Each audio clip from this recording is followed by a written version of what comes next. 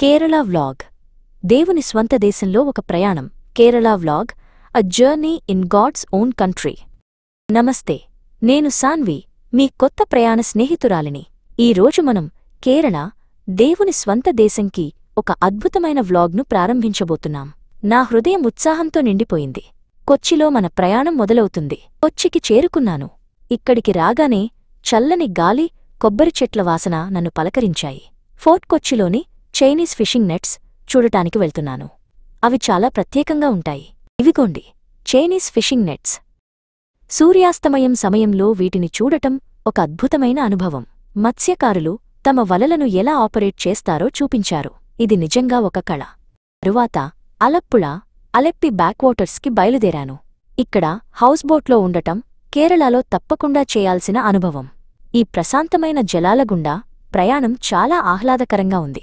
Houseboat ప్రయాణంలో పచ్చని వరిపొలాలు, చిన్న గ్రామాలు, కొబ్బరి చెట్లతో నిండిన ఒడ్డులను చూశాను.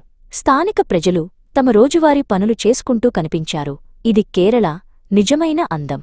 కేరళ వంటకాల గురించి చెప్పకుండా నా వ్లాగ్ పూర్తి కాదు. రుచికరమైన చేపల పులుసు, అప్పం మరియు కేరళ సద్యా భోజనం ఆస్వాదించాను. ప్రతి వంటకం ఒక రుచి పండుగ. తరువాత నేను తేయాకు తోటల గుండా ప్రయాణించి ఒక సుగంధ ద్రవ్యాల తోటను సందర్శించాను.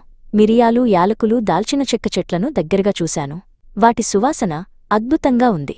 కేరళ సంస్కృతి కూడా చాలా గొప్పది. కథాకళి నృత్య ప్రదర్శన చూశాను. రంగురంగుల మేకప్, అద్భుతమైన దుస్తులు, ముఖ కవళికలు నన్ను మంత్రముగ్ధులను చేశాయి. నా కేరళ ప్రయాణం ముగింపుకు వస్తోంది, కాని జ్ఞాపకాలు ఎప్పటికీ ఉంటాయి. ఈ ప్రయాణం నాకు చాలా నేర్పింది. ప్రకృతితో, సంస్కృతితో అనుసంధానమవ్వడం చాలా సంతోషంగా ఉంది.